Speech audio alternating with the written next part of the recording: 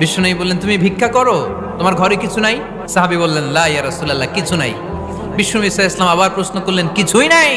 সে বলল, হ্যাঁ আছে, একটা জামা আছে, জামা, আর আছে একটা পানি খাওয়ার জগ। বিষ্ণু নবী বললেন, দুইটা নিয়ে আস।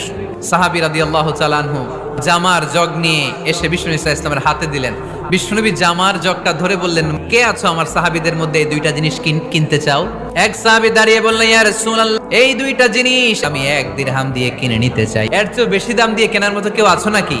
আরেক সাহাবী হাত তুলে বললেন, ইয়া রাসূলুল্লাহ, আমি 1 দিরহাম নয়, আপনার সম্মানে 2 দিরহাম দিয়ে জিনিসগুলো কিনে নিতে চাই। দিয়ে দেয়া হলো। 2 দিরহাম নিয়ে বিষ্ণু সাল্লাল্লাহু আলাইহি ওয়াসাল্লাম ভিক্ষুক সাহাবীর হাতে দিয়ে বললেন, যাও 1 দিরহাম দিয়ে তোমার পরিবার পরিজনদের জন্য খাবার কিনে নিয়ে যাও, আর 1 দিরহাম দিয়ে একটা কুঠার কিনে নিয়ে আসো। ওই সাহাবী আর 1 দিরহাম দিয়ে একটা কুঠার কিনে নিয়ে আসলেন। বিশ্বনবী কাঠের একটা হাতল লাগাই দিলেন আর বললেন, যাও এই কুঠার নিয়ে জঙ্গলে যে কাঠ কাটো, বাজারে যে